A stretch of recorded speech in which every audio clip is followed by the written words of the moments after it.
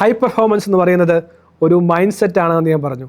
നിങ്ങളുടെ മനസ്സിൽ high performer എന്നുള്ള ഒരു മൈൻഡ് സെറ്റ് ഉണ്ടെങ്കിൽ മാത്രമേ നിങ്ങൾക്ക് അതാകുവാൻ സാധിക്കുകയുള്ളൂ. എന്താണ് ഹൈ പെർഫോമൻസ് മൈൻഡ് സെറ്റ്? അതിന് 5 മൈൻഡ് ഷിഫ്റ്റ് എന്ന് പറയും. അതിന് പാരഡിയം ഷിഫ്റ്റ് എന്ന് പറയും. ഒരു ആവറേജ് ആയിട്ടുള്ള വ്യക്തിത്വത്തിൽ നിന്ന് ഹൈ പെർഫോമറിലേക്കുള്ള ഒരു ഷിഫ്റ്റാണ് ഹൈ പെർഫോമൻസ്. ഒരു ആവറേജ് ആയിട്ടുള്ള മൈൻഡ് സെറ്റിൽ നിന്ന് ഹൈ പെർഫോമർ ആയിട്ടുള്ള ഒരു മേഖലയിലേക്കുള്ള പാരഡിയത്തിൻ്റെ ഷിഫ്റ്റാണ് ഞാൻ ഈ പ്രോഗ്രാമിലൂടെ ഉദ്ദേശിക്കുന്നത്. ഈ ഒരു മൈൻഡ് സെറ്റ് നിങ്ങൾ എല്ലാവരും അക്വയർ ചെയ്യണം. Everything is mind. ഞാൻ എഴുതിയ പുസ്തകമാണ് മനസ്സിൻ്റെ യജമാനാകാം. നിങ്ങളുടെ മനസ്സിൻ്റെ യജമാനൻ നിങ്ങളാണോ അതെയോ മനസ്സാണോ നിങ്ങളുടെ യജമാനൻ? മനസ്സ് പറയുന്ന പോലെയാണോ നിങ്ങൾ ചെയ്യുന്നത് അതെയോ നിങ്ങൾ ആഗ്രഹിക്കുന്ന പോലെയാണോ മനസ്സിനെ കൊണ്ട് ചിന്തിപ്പിക്കുന്നത്? ഇതിനാണ് പവർ ഓഫ് പോസിറ്റീവ് തിങ്കിങ് എന്ന പുസ്തകമെല്ലാം നാം വായിച്ചിട്ടുണ്ട്. ഞാൻ എഴുതിയ പുസ്തകമാണ് പ്രപഞ്ചം നിങ്ങളിൽ. പ്രപഞ്ചത്തിന് 12 നിയമങ്ങളുണ്ട്. ഈ 12 നിയമങ്ങൾ നമ്മുടെ ജീവിതത്തിൽ നമുക്ക് പ്രാവർത്തികമാക്കുവാൻ സാധിക്കും. ഇത് ശാസ്ത്രീയമായിട്ടുള്ള കാര്യം തന്നെയാണ്. നിങ്ങളുടെ മിറർ ന്യൂറോൺസ് എങ്ങനെ പ്രവർത്തിക്കുന്നു, റെറ്റിക്കുലർ ആക്ടിവേറ്റിംഗ് സിസ്റ്റം എങ്ങനെ നിങ്ങൾ ആഗ്രഹിക്കുന്ന കാര്യങ്ങളെ കാണുവാനും കേൾക്കുവാനും സഹായിക്കുന്നു. ഇതൊരു വ്യക്തി പറഞ്ഞതാണ്. എന്നെ കാണണമെന്ന് വളരെ ആഗ്രഹം അദ്ദേഹത്തിനുണ്ടായിരുന്നു. അദ്ദേഹം എൻ്റെ പ്രപഞ്ചം നിങ്ങളെന്ന പുസ്തകം വായിച്ച ശേഷം അദ്ദേഹം എഴുതി വെക്കുകയാണ്, ഈ വ്യക്തിയെ ഞാൻ ഇന്ന സ്ഥലത്ത് വെച്ച് കാണും. ഒരിക്കലും സ്ഥലത്ത് വെച്ച് ഞാൻ നടന്നു പോകുമ്പോൾ ഈ വ്യക്തി ഓടി വന്ന് എന്നെ കാണുകയും അദ്ദേഹം പറയുകയാണ്, നിങ്ങളെ ഞാൻ ഈ സ്ഥലത്ത് വെച്ച് കാണാൻ ആഗ്രഹിച്ചിരുന്നുവെന്ന്. അപ്പോൾ അദ്ദേഹം തൻ്റെ ആഗ്രഹത്തെ സാധിക്കുകയാണ്. അദ്ദേഹത്തിൻ്റെ മൈൻഡ് സെറ്റ് ക്ലിയറാണ്. ഞാൻ എന്താണോ ആഗ്രഹിച്ചത് അതെനിക്ക് നേടിയെടുക്കുവാൻ സാധിക്കുമെന്ന്. അപ്പോൾ എന്താണ് മൈൻഡ് സെറ്റ്? ഹൈ പെർഫോമൻസ് എന്ന് പറയുന്ന മൈൻഡ് സെറ്റ് എന്താണ്? ഒറ്റ വാക്കിൽ പറഞ്ഞാൽ ഞാൻ പറയുന്നു, ഹൈ പെർഫോമൻസ് മൈൻഡ് സെറ്റ് എന്ന് പറയുന്നത് ഗ്രോത്ത് മൈൻഡ് സെറ്റാണ്. എനിക്ക് വളരണം, എനിക്ക് ബിലോ ആവറേജായി എടുക്കാൻ നല്ല ആഗ്രഹം, എനിക്ക് ഹൈ ആയിട്ടുള്ള പെർഫോമർ ആകാനുള്ള ഒരു തീക്ഷ്ണമായ തീരുമാനമാണ് ഗ്രോത്ത് മൈൻഡ് സെറ്റ് എന്ന് പറയുന്നത്. ഞാൻ പല പ്രാവശ്യം ഇതിനെക്കുറിച്ച് പറഞ്ഞിട്ടുണ്ട്. Growth mind set and fixed mind set. ഞാൻ ഈ കോളേജിലൊക്കെ പഠിച്ചുകൊണ്ടിരിക്കുമ്പോൾ പല ടീച്ചേഴ്സും എന്നോട് പറയുമായിരുന്നു, you are over ambitious, you are highly ambitious, you are over confident. ശരിയായിരുന്നു, ഞാൻ വളരെയധികം ഓവർ കോൺഫിഡൻ്റ് ഉള്ള ആളായിരുന്നു. കാരണം എനിക്ക് ആവറേജായി സെറ്റിലാകാൻ താല്പര്യമില്ലായിരുന്നു. എനിക്ക് എബോവ് ആവറേജ് ആകണമെന്നും എക്സലൻ്റ് ആകണമെന്നും വളരെയധികം ആഗ്രഹമുള്ള ആളായിരുന്നു. ഞാൻ എൻ്റെ എഴുത്തുകൾ ആരംഭിച്ചു കഴിഞ്ഞപ്പോൾ എനിക്ക് തന്നെ സ്വയമായി ഞാൻ എൻ്റെ പുസ്തകം തന്നെ പലപ്പോഴും വായിക്കാറുള്ളത്. പലപ്പോഴും ഞാൻ ഈ പുസ്തകങ്ങൾ ആളുകൾക്ക് കൊടുത്തു കഴിയുമ്പോൾ എൻ്റെ പുസ്തകങ്ങൾ ഏറ്റവും കൂടുതൽ വായിക്കുന്ന ആളുകൾ എൻ്റെ ഒരു പുസ്തകം വായിച്ച ആളുകളാണ്. എൻ്റെ എല്ലാ പുസ്തകങ്ങളും അവർ വീണ്ടും വീണ്ടും വായിക്കുകയാണ്. ഞാൻ ധാരാളം പുസ്തകങ്ങൾ വായിച്ച ശേഷമാണ് എൻ്റെ പേഴ്സണൽ എക്സ്പീരിയൻസ് എന്ന് ഈ പുസ്തകങ്ങൾ എഴുതിയത്. അവർക്ക് വളരണമെന്ന് വളരെ വലിയ ആഗ്രഹമാണ്. ഞാൻ പുസ്തകങ്ങൾ വിൽക്കുന്നത് മാർക്കറ്റ് പ്രൈസിനേക്കാൾ കൂടിയ വിലയിൽ തന്നെയാണ് വിൽക്കുന്നത്. കാരണം അത് അത്രമാത്രം ഗുണം ചെയ്യുമെന്ന് എനിക്ക് ഉറപ്പുള്ള ഒരു കാര്യമായതുകൊണ്ടാണ്. കാരണം ഗ്രോത്ത് എന്നെ സംബന്ധിച്ച്, ഹൈ പെർഫോമൻസ് എന്നെ സംബന്ധിച്ച് കോംപ്രമൈസ് ചെയ്യാൻ പറ്റാത്തൊരു കാര്യമാണ്. ഹൈ പെർഫോമൻസ് എന്ന് പറയുന്നത് ചീപ്പായി കിട്ടുന്ന ഒന്നല്ല. അത് ഹൈലി അംബീഷ്യസ് ആയി ഗ്രോ ചെയ്യാൻ ആഗ്രഹിക്കുന്ന ആളുകൾക്കുള്ളതാണ്. Every day we can grow. ഇത് സയൻസിൽ പറയും ന്യൂറോ പ്ലാസ്റ്റിസിറ്റി. ഐൻസ്റ്റീൻ ഒക്കെ പറഞ്ഞ കാര്യമാണ്. ഒരു സാധാരണക്കാരനും എബോവ് ആവറേജ് ഹൈ പെർഫോമർ ആകാൻ സാധിക്കും. അതിന് ന്യൂറോ പ്ലാസ്റ്റിസിറ്റി എന്ന് പറയുന്നത്. കാരണം ബ്രെയിനിൻ്റെ ശക്തിയെ നമുക്ക് ഒരു ഹൈ ആക്കി മാറ്റുവാൻ സാധിക്കും. സാധാരണക്കാരനും അനിത സാധാരണമായ കാര്യങ്ങൾ ചെയ്യാനായിട്ട് സാധിക്കും. അതാണ് ഈ ബ്രെയിനിൻ്റെ പവർ എന്ന് പറയുന്നത്. അവിടെയാണ് നാം മനസ്സിലാക്കേണ്ടത്, നമുക്ക് ആഗ്രഹമുണ്ടെങ്കിൽ, നമുക്ക് തീക്ഷ്ണമായൊരു ആഗ്രഹമുണ്ടെങ്കിൽ, ഗ്രോ ചെയ്യണമെന്ന ആഗ്രഹമുണ്ടെങ്കിൽ തീർച്ചയായും നമുക്ക് മാറുവാൻ സാധിക്കും. റിച്ച് ഡാഡ് പൂർ ഡാഡ് എന്ന് പറയുന്ന കഥ നിങ്ങൾ പലപ്പോഴും കേട്ടിട്ടുണ്ടാകും. സാധാരണക്കാരനായിരുന്നു ഈ റോബർട്ട് കിയോസാക്കി. അദ്ദേഹം തീരുമാനിക്കുകയാണ്, എനിക്ക് സാധാരണക്കാരനായി ജീവിക്കാൻ താല്പര്യമില്ല. ജാക്മ സാധാരണക്കാരനായ ഗ്രാമത്തിൽ ജനിച്ചയാളാണ്. അദ്ദേഹം തീരുമാനിക്കുകയാണ്, സാധാരണക്കാരനായി ഞാൻ ജീവിക്കുകയില്ല എന്ന്. തീർച്ചയായും നിങ്ങൾക്ക് മാറുവാൻ സാധിക്കും. ആ ഒരു മൈൻഡ് സെറ്റാണ് വേണ്ടത്. ബിലോ ആവറേജ് ആയിട്ടുള്ള കാര്യങ്ങൾ ഞാൻ ചെയ്യുകയില്ല, ബിലോ ആവറേജ് കാര്യങ്ങൾ ഞാൻ പറയുകയില്ല. എൻ്റെ മെൻറ്ററിങ് എന്ന് പറയുന്നത്, എൻ്റെ കൺസൾട്ടിങ് എന്ന് പറയുന്നത്, എൻ്റെ പ്രോഗ്രാം എന്ന് പറയുന്നത് അത് ഗ്രോത്തിലേക്ക് മാത്രം നയിക്കുന്ന ഒന്നാണ്. അപ്പോൾ ഗ്രോത്ത് മൈൻഡ് സെറ്റാണ് ഏറ്റവും ആദ്യമായി നമ്മുടെ ഷിഫ്റ്റ്. ഫിക്സഡ് മൈൻഡ് സെറ്റിൽ നിന്ന് ഗ്രോത്ത് മൈൻഡ് സെറ്റിലേക്കുള്ള ഒരു പാരഡിയം ഷിഫ്റ്റ്. നിങ്ങൾ തയ്യാറാണോ? അത് ഇപ്പോഴും ഒരു ഇൻഫീരിയോറിറ്റി കോംപ്ലക്സായി എനിക്കൊന്നും സാധിക്കില്ല എന്ന് ചിന്തിക്കുന്നതാണോ? നിങ്ങൾ ആദ്യം അത് ഫീൽ ചെയ്യുക. ഞാൻ ഒരു ഹൈ പെർഫോമർ ആണ് എന്ന് ഫീൽ ചെയ്യുക. ഒരു ഹൈ പെർഫോമർ ആൾ പ്രസംഗിക്കുന്നത് പോലെ, ഹൈ പെർഫോമർ ആൾ സംസാരിക്കുന്നത് പോലെ, ഹൈ പെർഫോമർ ആൾ ചിന്തിക്കുന്നത് പോലെ, ഇൻട്രാക്ട് ചെയ്യുന്ന പോലെ നിങ്ങൾ ചെയ്ത് ആരംഭിക്കുക. ഏറ്റവും ആദ്യമായി നിങ്ങളുടെ മനസ്സിൽ ആ ഇമാജിനേഷൻ ഉണ്ടായാൽ മാത്രമേ റിയാലിറ്റിയായി മാറുകയുള്ളൂ. If you cannot imagine, you cannot make it happen. അവിടെയാണ് ഗ്രോത്ത് മൈൻഡ് സെറ്റ് എന്ന് പറയുന്നത്. ഗ്രോത്ത് എന്ന് പറയുന്നത് മനസ്സിലാണ്. ഞാൻ എന്ന് പറയുന്ന ആ ഉയർന്ന വ്യക്തിത്വത്തെ, ഞാൻ ആഗ്രഹിക്കുന്ന ലക്ഷ്യത്തിലേക്ക് എത്തുന്ന ആളെ തന്നെ ഞാൻ എൻ്റെ മനസ്സിൽ കാണുക, എൻ്റെ കണ്ണാടിയിൽ കാണുക. ഈ തത്വമസി എന്ന് പറയുന്ന, അദ്വൈതം എന്ന് പറയുന്ന ആശയമെല്ലാം പറയുന്നത്, ഈവൻ ജീസസ് ക്രൈസ്റ്റ് പറയുന്നുണ്ട്, നിങ്ങൾ എന്നെപ്പോലെ ആകുക. സെയിൻറ്റ് പോൾ പറയുന്നുണ്ട്, നിങ്ങൾ എന്നെപ്പോലെ ആകുക. ജീസസ് ക്രൈസ്റ്റ് വീണ്ടും പറഞ്ഞാണ്, ഞാനും പിതാവും ഒന്നാകുന്ന പോലെ നിങ്ങളും എന്നിൽ ഒന്നാകുക എന്ന് പറയുന്നത്. കാരണം ദൈവത്തെ പോലെ, അല്ലെങ്കിൽ ഒരു സൂപ്പർ പൊട്ടൻഷ്യലിനെ പോലെ നിങ്ങൾക്കും ആകാൻ സാധിക്കുമെന്നുള്ളതാണ് ഈ തത്വചിന്തകരും എഴുത്തുകാരും മത പണ്ഡിതരും എല്ലാം പറഞ്ഞു വെച്ചത്. നിങ്ങൾക്കും സാധിക്കുമെന്നുള്ള ആ ചിന്ത വളരെ അത്യാവശ്യമായി വേണ്ട കാര്യമാണ്. ഏത് സാധാരണക്കാരനും എക്സ്ട്രാ ഓർഡിനറി ആകാൻ സാധിക്കും. അതിന് വേണ്ടതാണ് ഗ്രോത്ത് മൈൻഡ് സെറ്റ്. രണ്ടാമത്തെ ഒരു മൈൻഡ് സെറ്റാണ് ഓണർഷിപ്പ് ആൻഡ് അക്കൗണ്ടബിലിറ്റി. പല ആളുകളും വിചാരിക്കും, എന്നെ രക്ഷിക്കാൻ വേറെ ആരെങ്കിലും വരും. ഇല്ല, നമ്മെ രക്ഷിക്കാൻ നമുക്ക് മാത്രമേ സാധിക്കുകയുള്ളൂ. ഞാൻ വളരെ ട്രൂ ആയിട്ടുള്ള ഹാർഡായിട്ടുള്ള ട്രൂത്ത് പറയുകയാണ്. നിങ്ങളുടെ ജീവിതത്തിലൊക്കെയും എപ്പോഴെങ്കിലും വളരെ കഠിനമായിട്ടുള്ള സമയം കടന്നു വരും. വളരെ വലിയ പരീക്ഷണങ്ങൾ കടന്നു വരും. അത് സാമ്പത്തികമാകാം, ആരോഗ്യപരമാകാം, അല്ലെങ്കിൽ ബന്ധങ്ങളുടെ മുകളിലുള്ളതാകാം, അപമാനങ്ങളാകാം, എന്തെല്ലാമൊക്കെയോ കഷ്ടതകൾ നിങ്ങളുടെ ജീവിതത്തിൽ കടന്നു വരും. നിങ്ങൾ വിചാരിക്കും എന്നെ ആരും സഹായിക്കാനില്ല എന്ന്. വളരെ സത്യമായ കാര്യമാണ്. നിങ്ങൾക്കൊരു പ്രശ്നം വരുമ്പോൾ നിങ്ങളെ സഹായിക്കാൻ ആരും ഉണ്ടാകണമെന്ന് നിർബന്ധമില്ല. കാരണം മറ്റുള്ളവർക്കെല്ലാം അവർക്ക് നിങ്ങളെക്കാൾ വലിയ പ്രശ്നങ്ങളുടെ കടന്നു പോകുകയാണ്. നിങ്ങൾ ഉയർന്നു കഴിഞ്ഞാൽ ആളുകൾ നിങ്ങളെ ചവിട്ടിത്താഴ്ത്തും. നിങ്ങൾ തളർന്നു കഴിഞ്ഞാൽ ആളുകൾ നിങ്ങളെ കളിയാക്കും. അതാണ് ലോകമെന്ന് പറയുന്നത്. അതുകൊണ്ട് നിങ്ങളുടെ ഉത്തരവാദിത്വം നിങ്ങൾ ഏറ്റെടുക്കണം. ഒരു പക്ഷിയെ പോലെ ആയിരിക്കും നാം ചിന്തിക്കേണ്ടത്. ഈ വൃക്ഷത്തിൻ്റെ ശിഖരം മറഞ്ഞു പോയാൽ, ഒടിഞ്ഞു പോയാൽ, ഒരു വലിയ കാറ്റ് വന്നാൽ ഈ മരം തന്നെ മറഞ്ഞു പോയാൽ എനിക്ക് തന്നെ പറന്നു പോകാൻ സാധിക്കും. അതുകൊണ്ടാണ് ഞാൻ എപ്പോഴും പറയുന്നത്, നിങ്ങളൊരു ലോ പെർഫോമർ ആണെങ്കിൽ, നിങ്ങൾക്ക് പെർഫോം ചെയ്യാൻ സാധിക്കുന്നില്ല എങ്കിൽ നിങ്ങൾ തീർച്ചയായും പെർഫോമൻസ് ഇന്ന് മുതൽ ആരംഭിക്കണം. കാരണം ഒരു സമയം വരും, അന്ന് നിങ്ങൾക്ക് പെർഫോം ചെയ്യാൻ കഴിയാത്ത അവസ്ഥ വരും. അന്ന് നിങ്ങളെ സഹായിക്കാൻ ആരുമില്ലാത്ത അവസ്ഥ വരും. അന്ന് നിങ്ങൾ വെറുതെ കൈമലർത്തി നിസ്സഹായരായി നിൽക്കേണ്ട അവസ്ഥ വരാതിരിക്കാൻ നിങ്ങൾ കഴിയുന്ന സാഹചര്യത്തിൽ ഈ സമയത്ത് തന്നെ ഹൈപ്പർഫോമർ ആകുമെന്ന് തീരുമാനമെടുക്കുക. അതിനുവേണ്ടി പ്രയത്നങ്ങൾ ആരംഭിക്കുക. അതിനുവേണ്ടി പ്ലാനുകൾ ഉണ്ടാക്കുക. ഒരു കാലം വരും, ഒരു സമയം വരും, that will be a hardship. നിങ്ങൾക്കതിനെ നേടുവാൻ സാധിക്കുമോ? ആ ദുർഘട സമയത്തിൽ, ആ പ്രതിസന്ധിയുടെ ഘട്ടത്തിൽ, എല്ലാവരും ഉപേക്ഷിച്ച് പോയ സമയത്ത് തനിയെ നിൽക്കുവാൻ സാധിക്കണമെങ്കിൽ നിങ്ങളൊരു ഹൈ പെർഫോമർ ആകുവാൻ ഇടയാകണം. ഞാനിത് പറയുമ്പോൾ ഞാൻ ധാരാളം റിപ്പോർട്ടുകളെല്ലാം ഈ അടുത്ത കാലത്ത് വായിക്കാനിടയായി. ഫ്യൂച്ചർ വർക്ക് റിപ്പോർട്ട്, അല്ലെങ്കിൽ AI-യുമായി ബന്ധപ്പെട്ട റിപ്പോർട്ടുകൾ വായിക്കുമ്പോൾ കാണുവാൻ സാധിക്കുന്നത് ധാരാളം ആളുകൾക്ക് ജോലി നഷ്ടപ്പെട്ടുകൊണ്ടിരിക്കുകയാണ്. അതൊരു യാഥാർത്ഥ്യമാണ്. പല രാഷ്ട്രീയ നേതാക്കന്മാരും ലോകത്തിലെ പ്രശസ്തമായ എക്കണോമിസ്റ്റും എല്ലാം പറയുന്നതാണ്, UBI, യൂണിവേഴ്സൽ ബേസിക് ഇൻകം, ഒരു മിനിമം തുക നിങ്ങൾക്ക് എല്ലാവർക്കും തരും, നിങ്ങൾ വീട്ടിലിരുന്നോ. കാരണം നിങ്ങളുടെ ആവശ്യമില്ല. നിങ്ങളെക്കാൾ ബെറ്ററായി മെഷീൻസ് വർക്ക് ചെയ്യുന്നു, AI വർക്ക് ചെയ്യുന്നു, റോബോട്ട് വർക്ക് ചെയ്യുന്നു. ഈ ലോകത്തിന് ഇത്രയും മനുഷ്യരെ ആവശ്യമില്ല. നിങ്ങളുടെ ജോലി നാളെ പോകുമെന്നുള്ള കാര്യത്തിൽ യാതൊരു സംശയവുമില്ല. എൻ്റെയും ജോലി പോകും, നിങ്ങളുടെയും ജോലി പോകും. അന്ന് പിടിച്ചു നിൽക്കണമെങ്കിൽ നിങ്ങൾക്ക് വേണ്ടതാണ് ഹൈ പെർഫോമൻസ്. അന്ന് നിങ്ങൾ ആ മേഖലയിലേക്ക് സ്വിച്ച് ചെയ്യാൻ ഫ്ലെക്സിബിളായി ട്രാൻസ്ഫറബിൾ സ്കിൽസ് നേടേണ്ടത് ആവശ്യമാണ്. ഈ ഗ്ലോബൽ സസ്റ്റൈനബിലിറ്റി സ്കിൽസ് റിപ്പോർട്ട്സ് എല്ലാം വായിക്കുമ്പോൾ ഞാൻ അതിൽ കണ്ടത്, ലോകത്തിലെ ഏറ്റവും പ്രധാനപ്പെട്ട സ്കില്ലെന്ന് പറയുന്നത് AI അല്ല, ഡാറ്റാ സയൻസ് അല്ല, അല്ലെങ്കിൽ ഏതെങ്കിലും ടെക്നോളജിക്കൽ സ്കിൽസ് അല്ല, കോഡിംഗ് അല്ല. അവിടെ പറയുന്നത് resilience, interpersonal skill, analytical skills, emotion intelligence, problem solving skills, ഇതെല്ലാമാണ് ഏറ്റവും ടോപ്പ് സ്കിൽസ് ആയിട്ട് പറയുന്നത്. അതുണ്ടെങ്കിൽ നിങ്ങൾക്ക് സർവൈവ് ചെയ്യാൻ സാധിക്കും.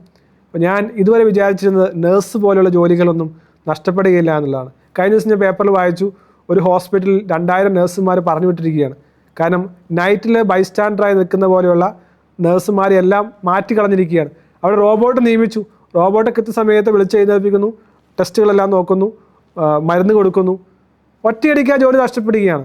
ഒരു നേഴ്സിന് ജോലി നഷ്ടപ്പെട്ടുവെങ്കിൽ തീർച്ചയായും നമ്മുടെ ജോലി നഷ്ടപ്പെടാനുള്ള സാധ്യത വളരെ കൂടുതലാണ്.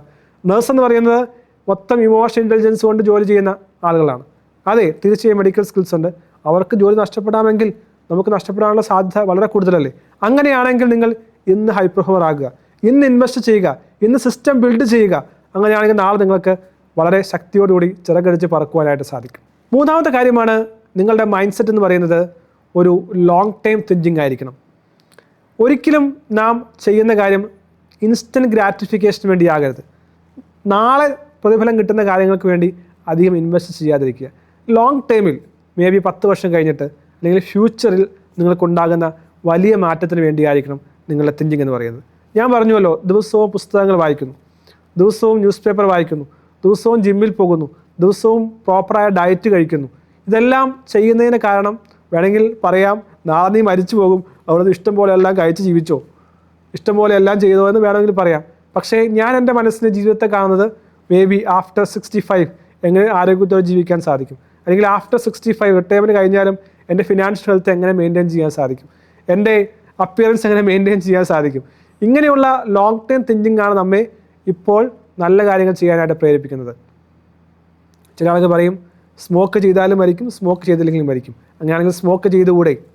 അതല്ല, അതൊരു ഷോർട്ട് ടൈം ഗ്രാറ്റിഫിക്കേഷനാണ്. പെട്ടെന്ന് ലാഭം കിട്ടുന്ന കാര്യങ്ങളിൽ നിങ്ങൾ ഇടപെടാതിരിക്കുക.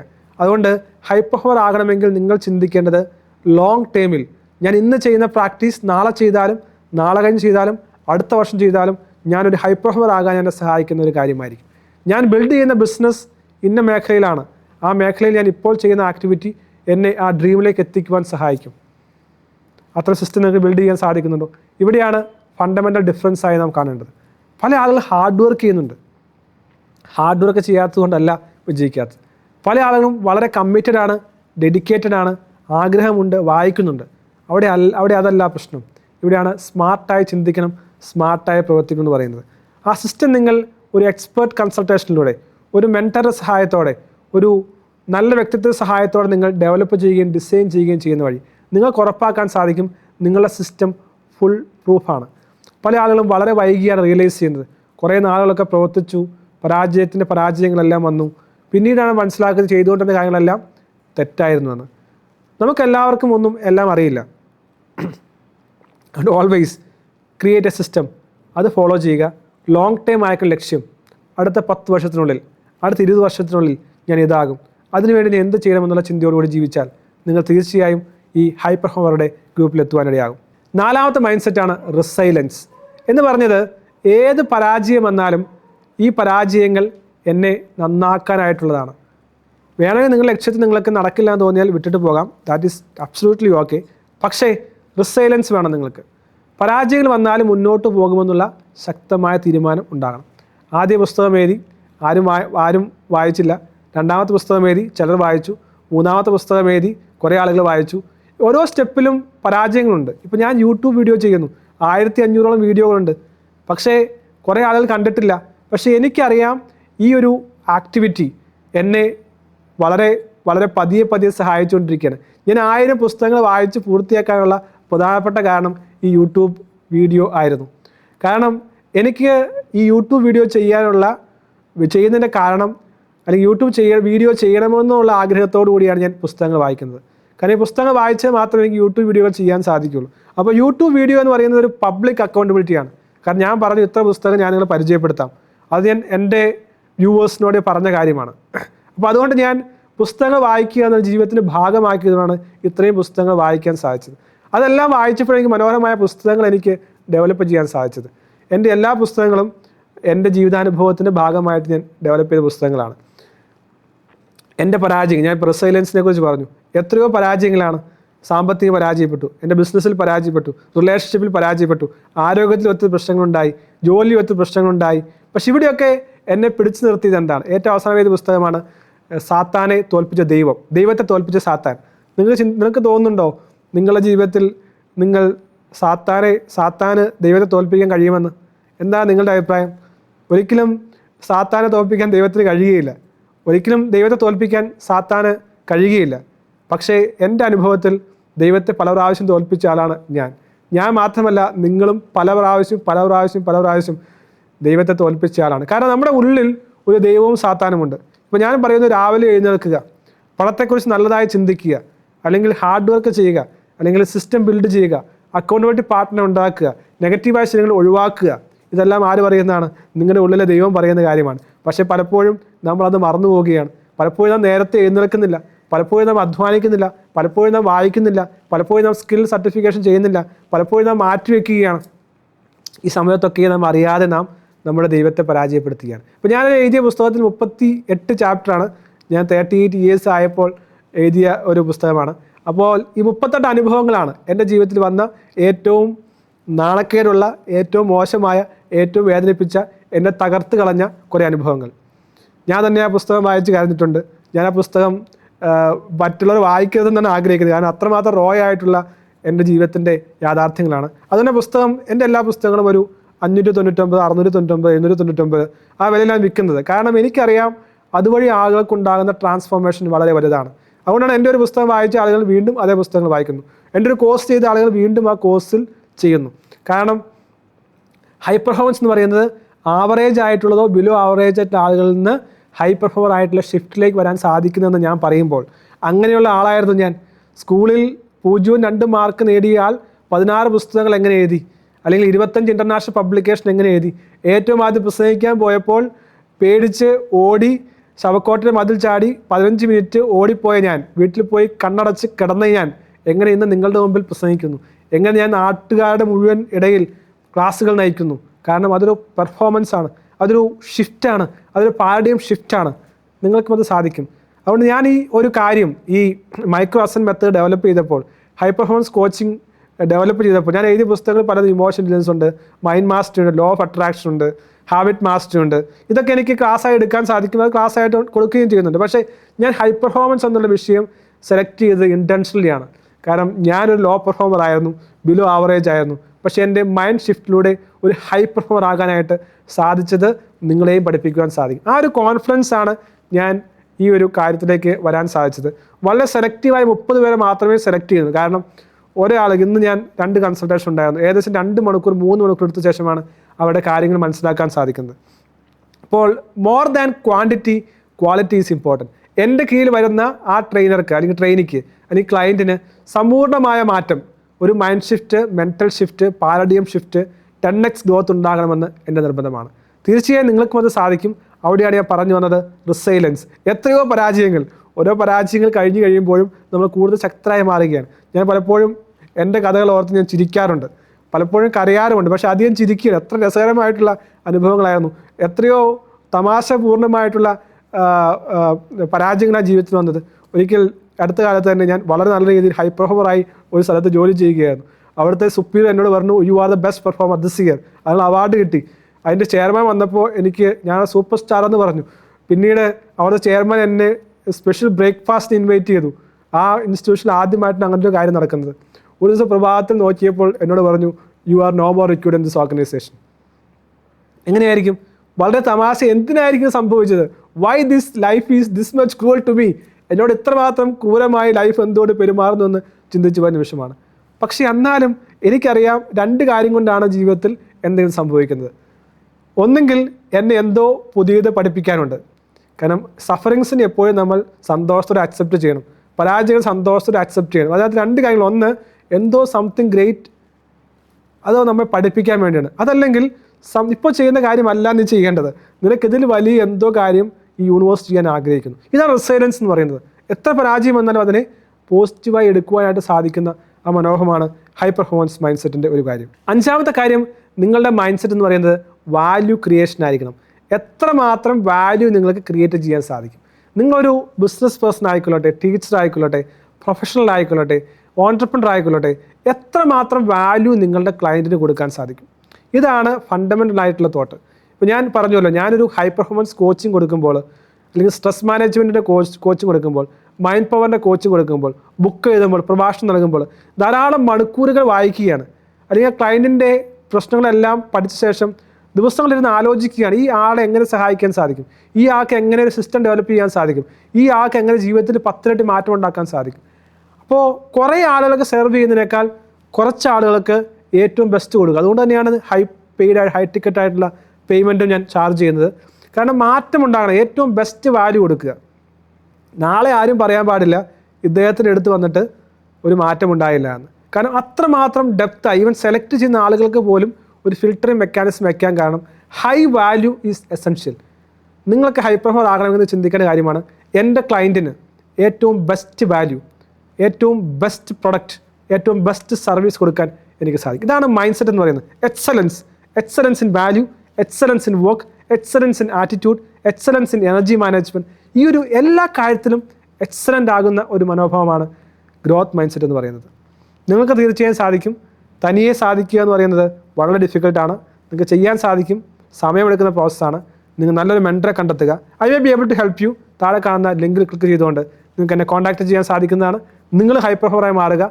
സമയം കളയരുത്. സമയം കടന്നു പോകും. സൂര്യൻ ഉദിക്കും, അസ്തമിക്കും. രാത്രി വരും, പ്രഭാതം വരും. നിങ്ങൾ മൂവ് ചെയ്തില്ലെങ്കിലും ലോകം മൂവ് ചെയ്യും. നിങ്ങളുടെ കൂട്ടുകാർ മൂവ് ചെയ്യും. നിങ്ങൾ മൂവ് ചെയ്യണമെന്ന് നിങ്ങളുടെ തീരുമാനമാണ്. ആ തീരുമാനമെടുക്കുക. വലിയ മാറ്റമുണ്ടാകട്ടെ. All the best.